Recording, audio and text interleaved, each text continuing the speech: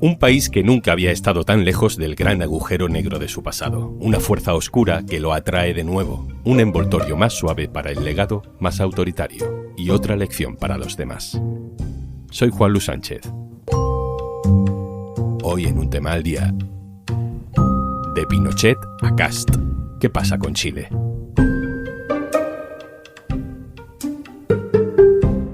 Una cosa antes de empezar. ¿Conoces Kit Digital 360? Te cuento más al final del episodio. Empezaron a bombardear la moneda. En estos instantes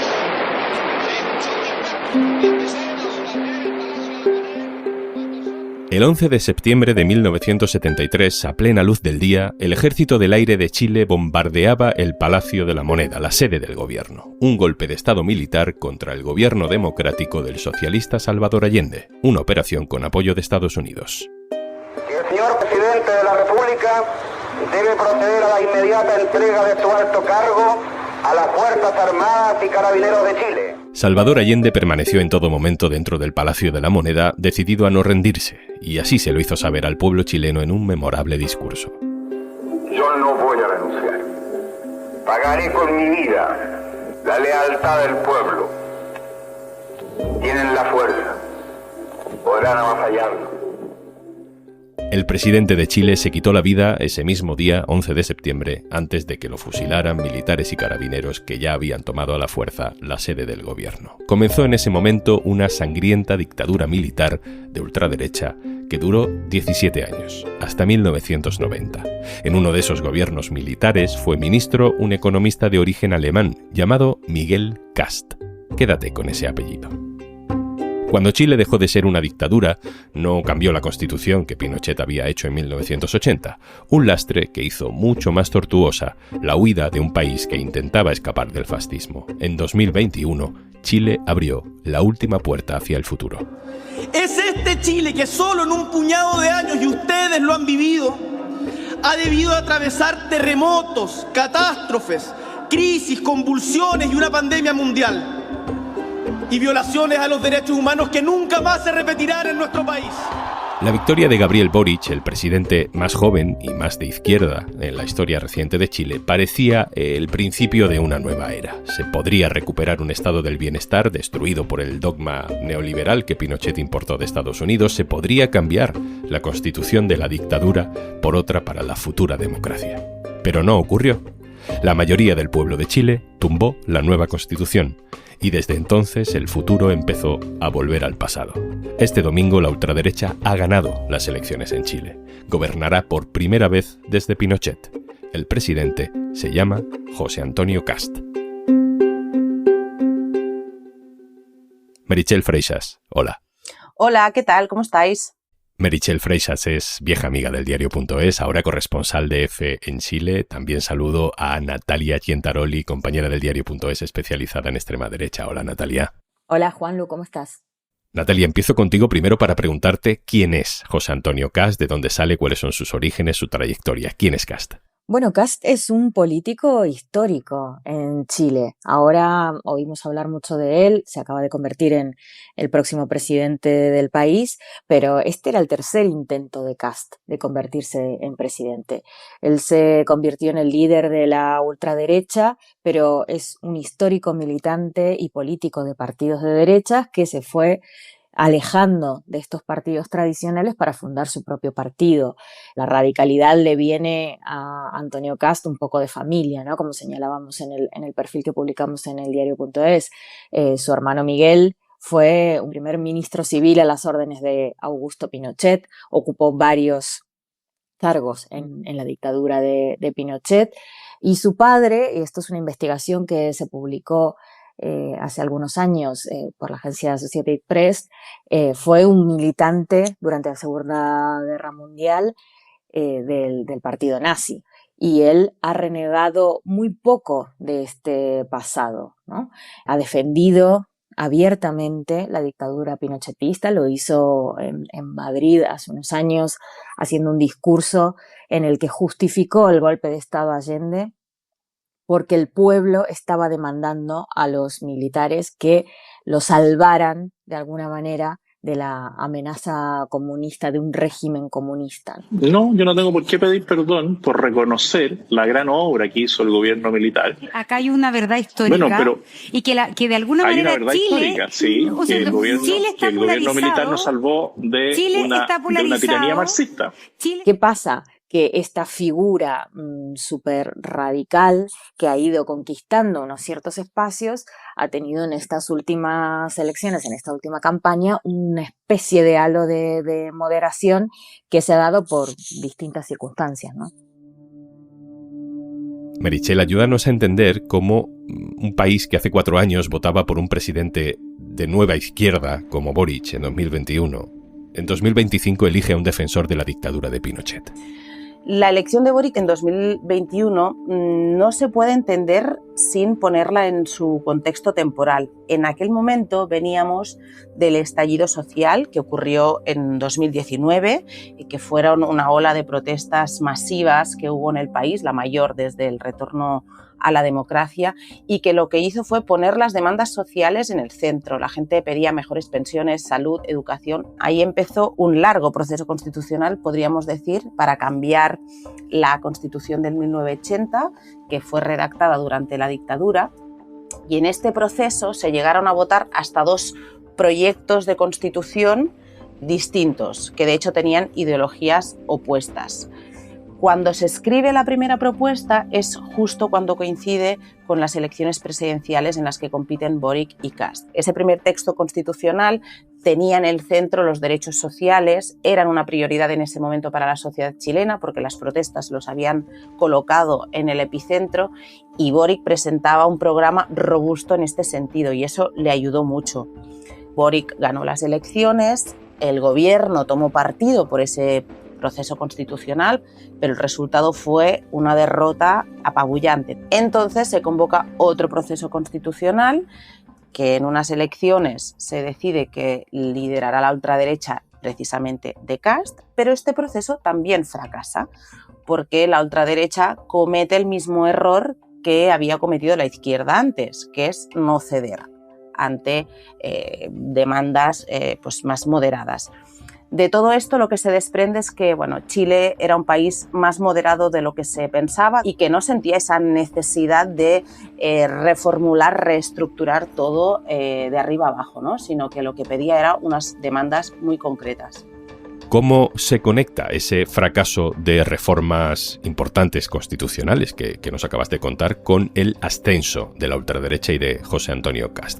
Mira, Juanlu, entre medio de estos 2 procesos constitucionales llega un escenario que nos afectó a todos de manera global, que fue la pandemia. Esto en Chile también abrió una crisis económica y de seguridad. Además, en ese periodo aumentó considerablemente la llegada de migrantes al país y la penetración del narcotráfico y el crimen organizado a nivel regional. Kast supo canalizar muy bien y rentabilizar este escenario, y mientras lo veíamos manteniendo un discurso que era el discurso de la seguridad, del control de la migración, veíamos que Boric tenía que improvisar medidas porque esos temas no habían sido una prioridad de su gobierno. Aquí en Chile hay delitos como el secuestro, por ejemplo, que han aumentado mucho, o crímenes que han remetido a la opinión pública por un tipo de prácticas muy crueles y atípicas en el país, y el gobierno no lo supo manejar. En cambio, Kast, con un discurso coherente que ha mantenido desde el principio, se ha visto reforzado por eso. Cuando estábamos en los colegios preguntando a las personas por qué lo estaban votando, la única respuesta que se nos daba era la seguridad. Queremos un país más seguro, a pesar de que Chile es de los más seguros de la región. Meritxell, ¿en qué se va a notar este gobierno? ¿Qué va a cambiar en el día a día de Chile a corto plazo? Bueno, yo creo que los cambios se van a notar bastante rápido. Kast ya ha dicho que tiene un programa para los primeros 90 días de varias medidas como de urgencia. Él viene a instalar el que ha llamado gobierno de emergencia, precisamente centrado en economía, control migratorio y seguridad, y sus medidas van a ir enfocadas en eso exclusivamente, sobre todo el primer año. Y creo que otra de las cosas en las que vamos a ver cambios es en la reacción de la gente. Puede que hayan protestas de nuevo, sobre todo quizás de los estudiantes. En Chile el movimiento estudiantil es muy fuerte.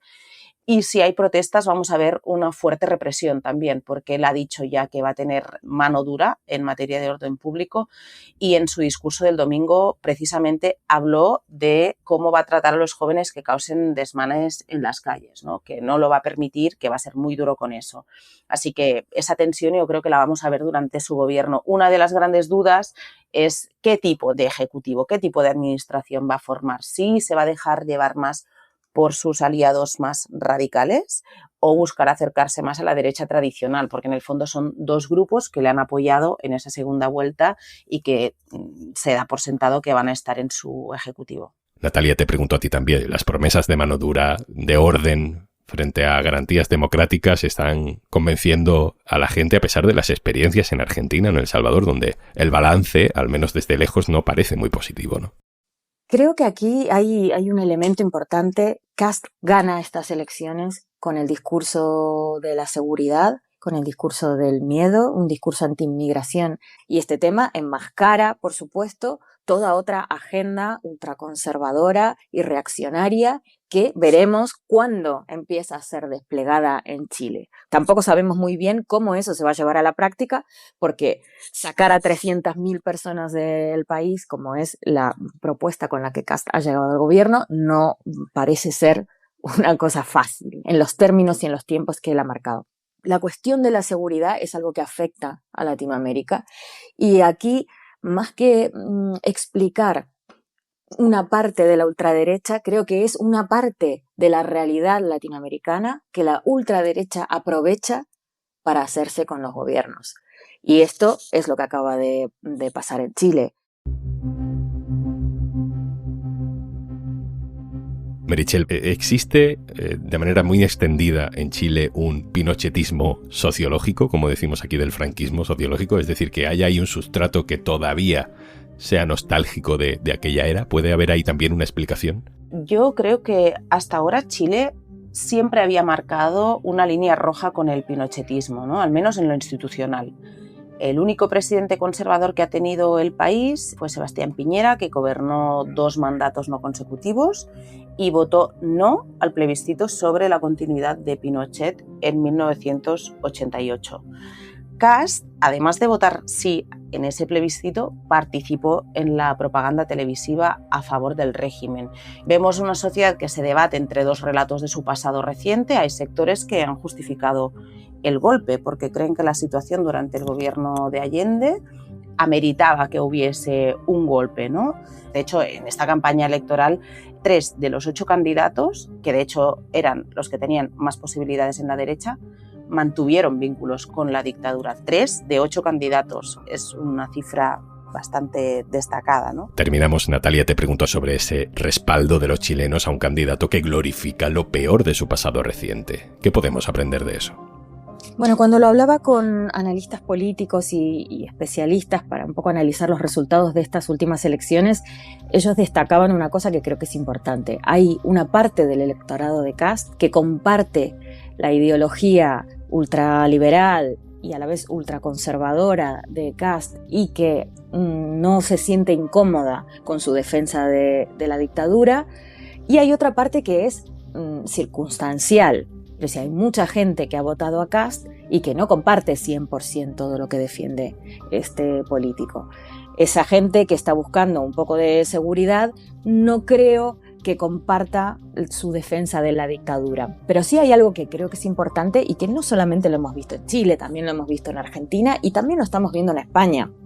Hay una parte de la sociedad que defiende esos regímenes y que hasta ahora había estado, digamos, oculta o que por lo menos no se sentía con la libertad de sostenerlo públicamente o de defenderlo públicamente. Y esto lo cambia la llegada de la ultraderecha, porque justifica y porque legitima esta defensa. Ha pasado en Argentina con la legitimación de la dictadura ahí, está pasando en Chile y pasa en España con Vox, cuando habla del régimen de Franco como uno de los mejores gobiernos de la historia de España, ¿no? O sea, al final hay un enganche de la ultraderecha con este pasado supuestamente glorioso al que hay que volver y que justifica regímenes que estaban por fuera de la democracia. Natalia Quintaroli, compañera, gracias. Gracias a ustedes. Meritxell Freixas, Santiago de Chile, muchas gracias.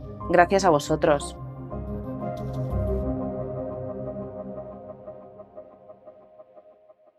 Y antes de marcharnos, Kit Digital 360 es un portal que ofrece una mirada completa sobre Kit Digital, donde puedes consultar los principales datos del programa. Kit Digital es una iniciativa cuyo objetivo es mejorar la digitalización de pymes y autónomos. Entra en kitdigital.red.es y descubre el impacto del programa en pymes y autónomos.